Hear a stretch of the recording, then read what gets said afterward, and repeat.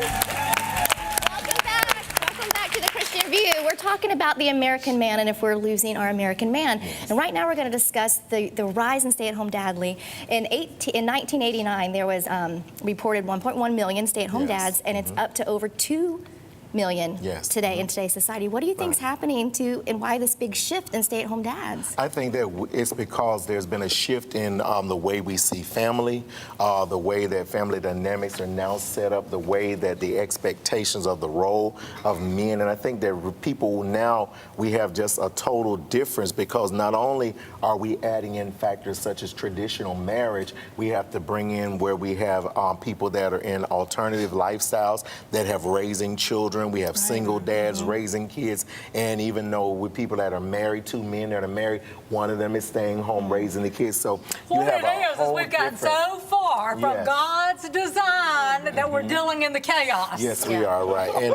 And we that's simple. We're trying to put the pieces back together. Well, there was a study done that 21% of the men, only 21% of the men who were surveyed were actually staying home to nurture their family or because the wife was working. Right. The other that responded in the survey said it was because of lack of employment and situations like that. How much of it is laziness? Right. Well, and that can be true. And one thing is, nothing can replace. I know couples that have done that. I've got someone in my family. The wife travels, the husband stays at home. They've done it for 20 years. It's worked for them. It's work. But they agreed upon it. Exactly. And you have to understand. Again, I believe Lisa really kind of touched on it in the sense of it's a matter of what you decide, what you choose, because there is no real function that is, well, that's man's work, that's woman's work, that kind of thing. But the bottom line is that do you as a husband and wife, do you in society as man and woman decide because he stays home that now somewhat, for some reason he's less? Wouldn't that mean that if you stayed home you were less?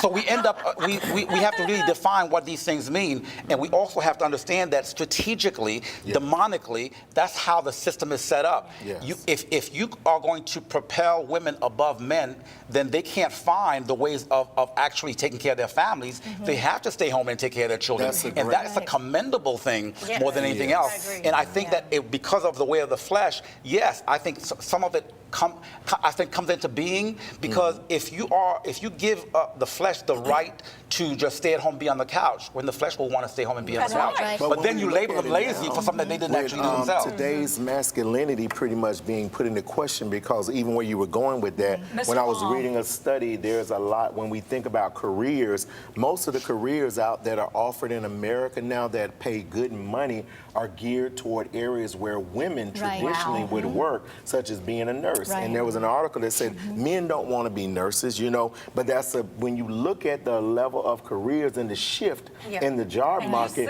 most of them are things where women would jump right in or have been prepared for in their educational studies. And there are not a lot of jobs out there that were traditional for men. And you also stigmatize those jobs. You stigmatize that as a job that a woman would have, and then at the same time, you say, well, now women should be CEOs. So now that means that the jobs that you're saying that only women should have, now the men don't want them, and then the jobs that are CEOs, you say now all the women should have them. So who has all the jobs? And daycare centers are so high that you can't afford to put your kids in daycare. That's a whole other story. You got to work to put your kids in daycare. So it's easier for one parent to stay home and take care of the kids. There's a pastor I follow, and his statement was, biblical leadership of a husband does not require him to be the primary breadwinner, but rather the ship's captain of the helm. That's right. So if the wife has a higher capacity, you can act as the team leader, but the other teammate may have the advantage. Well, look at Proverbs 31. Right. If you take a look at a Proverbs 31 woman, that's an entrepreneur. That woman has it going on in every aspect and in every way. That doesn't make the man, the husband, less of a king. And she makes him known in the gates. I think we should, let's just shift gears a little bit, just talking about the male identity. And one thing that is happening, that a little bit of ownership does need to go on the men, because in America, there was this poll taken, and 90% of men in America said that they believed in God. But only 35% of the American males go to church. Therefore, 1 out of every 5 women that are married go to church without their husbands. So, I see that in most Yeah, part. you sure do. But in other religions, Hindu, Muslim, Right. Yeah, but Buddhist, in other it's a religions, from- what do? I mean, if you take a look at Islam and everything else, they hold up the man. And what happens in the church is that, as a man, I wouldn't want to go to a church that teaches me how to follow my wife. No, And that's what Right, pastors right. do, though. Well, I don't If she's know not about happy, that. don't do it. Well, wait a minute. What the Bible, says doesn't say is, that. wake up the mighty men. Wake up the mighty right. men, because boys follow men. So the men need to wake up and take. There is a men's movement. There is a political movement called the men's movement, Right. and men need to Good, wake up. good. I know, But- and take back who they are I biblically. agree. Yeah, but I also think that we as wives need to be there to support and Absolutely. lift them up and Absolutely. encourage them. Yeah. I think that's kind of what Correct. the home as well, as you were saying That's what the earlier. women need to understand. They have to become women, Yes. not Eve. They have to become what God instituted, not what man has said that they, Right, that but they see, so are. you're putting all the focus on the women, and what I'm saying here. No, because that's the Sorry. issue. Because Yeah. what you're saying is that the man must take his place. But what happens is that if I assert myself to take my place, like right now, if we look like we're arguing, and I will be labeled as a whatever man. Bad Cammy. Okay, you know what I'm saying?